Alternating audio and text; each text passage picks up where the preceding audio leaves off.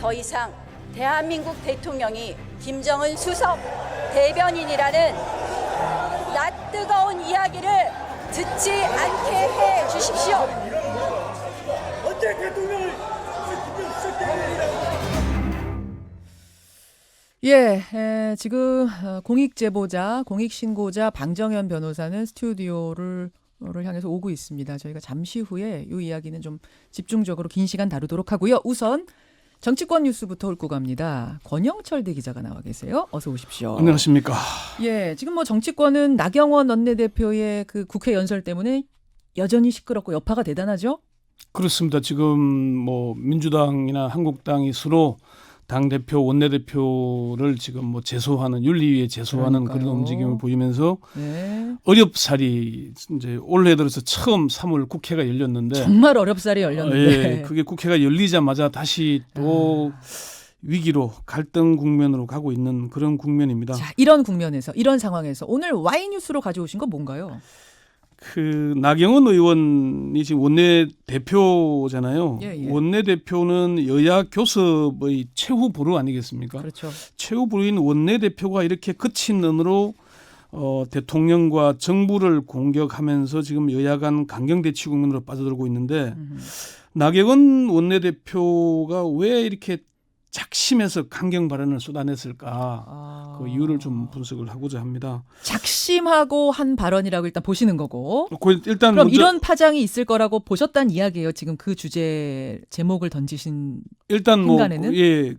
그렇게 분석을 하는데 먼저 나경원 원내대표 연설 중 일부 잠시 한번 들어보시죠. 그러죠. 문재인 정권의 경제 정책은 위헌입니다. 대한민국 헌정 질서를 정면으로 무시하는 헌정농단 경제입니다. 문재인 정부가 대한민국의 미래를 더욱 어둡게 만들고 있습니다. 그러니 먹튀 정권, 욜로 정권, 막장 정권이란 이야기를 들어도 전혀 이상할 것이 없습니다. 북한에 대해 밑도 끝도 없는 옹호와 대변. 지금 뭐 나경원 원내대표의 연설 내용 중에 헌정중단이라는 말은 아마 국정농단, 사법농단은 들어봐도 헌정농단이라는 말은 제가 좀 처음 들어보는 용어이긴 한데 이런 얘기들 발언들을 한 거죠. 예. 그렇죠. 이게 아까 김영크가 물어본 대로 나경원 의원의 이번 연설이 작심한 거냐 이렇게 물어봤잖아요. 지금 발언을 듣다가 이제 중간에 좀 끊어졌는데 뒤에 사실 더 심한 게 나왔잖아요. 그건 가장 앞에 문제가 된 나갔으니까. 거. 문재인 대통령이 김정은 수석 대변인. 이게 이제 가장 문제가 된 거고. 그러니까 이걸 작심한 거다라고 보시는 이유는 뭡니까? 원내 교섭단체 대표 연설이 사전에 원고를 준비를 하지 않겠습니까? 물론이죠. 그리고 나경원 원내대표는 취임 후에 첫 연설이기 때문에 연설문 작성에 상당한 공을 들였다고 합니다. 연설문 작성을 위해서 외부 전문가와 한국 당내 의원들의 지원을 얻어서 열흘 동안 4차례 회의까지 했다 그러고요. 그러니까 그 원내대표 연설은 사전에 원고를 작성해서 검토와 수정이 이루어지고 당내 협의와 합의의 과정을 거친다고 합니다. 그러니까 당의 집단적인 의사 표현이면서 원내대표의 의중이 실린 것이니까 작심한 게 맞는 거죠. 작심했다. 자, 그럼 왜 이렇게 작심하고 광성 발언을 쏟아내느냐? 첫 번째는 나경원 의원이 원내대표로서의 존재감을 드러내기 위한 의도가 아닌가 하는 분석입니다. 존재감이요? 나 원내대표는 3수 만에 원내 사령탑에 올랐지만은 지난 3개월간 존재감이 별로 없었죠.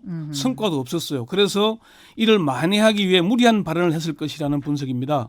정치 컨설팅 민의 박성민 대표는 나 원내대표가 손혜원 의원 건도 성과가 없고 조국 민정수석과 임종석 비서실장을 국회로 불러냈지만 그것도 별 소득이 없었고 그렇죠.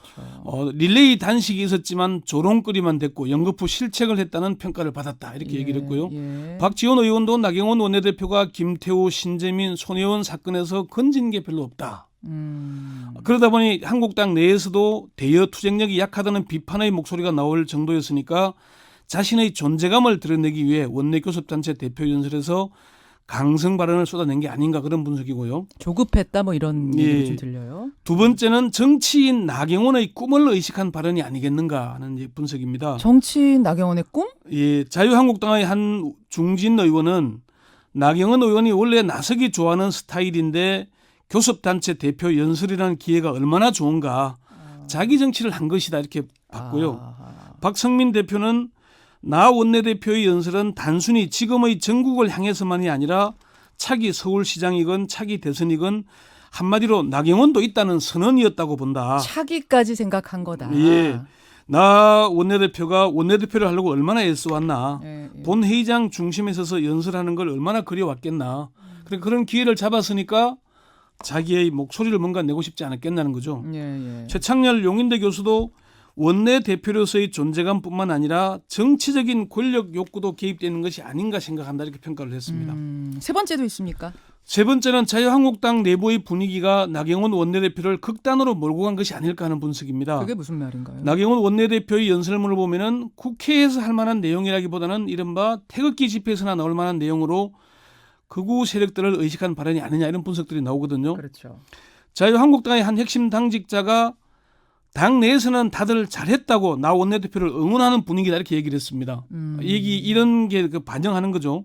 최창렬 교수는 자유한국당은 태블릿 PC가 조작됐다거나 탄핵이 잘못됐다는 상식 이하의 발언을 해도 당 대표로 선출되고 5.18 관련 망언을 해도 최고위원으로 선출되는 그런 분위기다. 나 원내대표도 여기에 편성해서 극단적인 이념과 극단적인 편향을 동원해서 갈라치기를 하면서 지지층에 호소한 것으로 본다 이렇게 평가를 그러니까 하더라고요. 그 전당대회 분위기 우리 네. 기억하잖아요. 네. 김진태 의원, 뭐 김술래 황교안, 의원 예, 나왔을 네. 때 막 소리 지르고 그렇죠. 이랬던 그 분위기, 네. 그 태극기 이른바 태극기 부대, 부대, 그분들이 당으로 지금 이번에 엄청 들어왔잖아요. 뭐 3만 명이 넘는다 그러죠. 그들에 대해 네. 의식하고 있는 게 아닌가 이런 분석. 상당히 의식하고 있는 것이고 그렇게 하는데도 자유한국당의 지지는 올라가고 민주당의 지지는 떨어진단 말이에요. 예, 예. 그러니까 그런 게 이제 나경원 확신이 드는 의원에게 거군요. 이게 되는구나. 그렇죠. 먹히는구나. 지지층 결집뿐만 아니라 확산도 된다는 그런 걸 갖고 있는 게 아닌가. 박지원 의원은 지지층 결집을 위해서 이런 기류가 내년 총선까지는 갈 것이다 이렇게 내다보면서 예, 예. 그러나 태극기 부대는 자기들 그룹 내에서는 힘이 있지만은 예. 전체 국민들에게는 5.18 망언이나 박근혜 탄핵 잘못, 태블릿 PC 조작 발언 등이 비난받고 있으니까 예. 좀 두고 봐야 되지 않겠나 이렇게 전망을 했습니다. 작심 발언, 나경원 원내대표의 작심 발언 네 번째 이유는 뭡니까? 최근 한국당을 제외한 여야 사당이 선거제 개편안 신속 처리한 건 이른바 패스트트랙 지정을 추진하고 있지 않습니까? 그렇죠. 그러면서 자유한국당은 좀 고립되는 분위기죠. 그러니까 지금 판을 좀 깰 필요가 있는 게 아닌가. 판을 흔드는 거. 국회가 열렸지만은 예, 예. 이대로 가면은 패스트트랙 지정이 돼서 내년 3월, 내년 2월쯤 되면은 선거법 그냥 연동형 비례대표제가 받아들여지게 되지 않겠습니까? 물론 지금 그게 그렇게 순탄해 보이진 쉽지는 않아요. 않습니다. 그렇지만 한국당으로서는 최악의 상황도 상정은 해야 되니까 한국당의 최악의 상황. 그렇죠. 예, 예. 패스트트랙 지정이 되면은 한국당이 좀 달라지긴 하겠지만은 그걸 좀 흔들 필요가 있지 않겠는가. 전략적으로 그런 의도로 보는 게 지금 정치평론가들의 상당 분석이고요. 예, 예. 다섯 번째는 자유한국당이 탄핵당한 정부의 여당이었다는 사실을 잊고 있기 때문 아닌가. 잊고 있다. 네. 벌써요? 벌써 2년이 지났지만은 지금 3월 11일이 박근혜 전 대통령이 파면당한 날이죠. 맞아요. 예. 근데 지금 그걸 잊고 있는 게 아닌가. 사람들이 그렇게 많이 봅니다. 지금 당시의 책임을 느끼는지 참 이번 연설문을 제가 꼼꼼히 한번 보니까 예. 참 이해 안 되는 대목들이 좀 많이 있었습니다. 그러니까요. 우리가 어제도 네. 뭐 저 여야 다 나와서 얘기했거든요. 요 얘기 네. 가지고 비판을 할 수 있죠. 네. 얼마든지 야당 대표가 야당은 나와서 비판해야죠, 정부 또. 비판하는 거고 뭐 여당의 실책이 있으면 비판하는 건 맞지만 네. 그 비판을 어떤 언어를 사용해서 어떻게 표현하는가는 전혀 다른 문제거든요. 그렇습니다. 그러니까 이번에는 지금 표현의 문제, 품격의 문제에 대한 지적인 거잖아요. 그렇습니다. 네, 그렇죠. 네. 그런 네. 부분에서 놀라셨단 말씀이신 거죠. 그렇습니다. 그래서 이제 그런 평가들이 많았습니다. 뭔가 지금 자유한국당의 태도가 정말 탄핵당한 정부의 여당임을 잊고 있는 건 아닌가. 국민들은 아직 잊지 않고 있을 겁니다. 그 갑자기 저는 궁금해지는데 나경원 원내대표가 원내대표 된 뒤에 지금 여야의 어떤 협상, 대화 분위기는 어때요? 협상은 잘 돼요?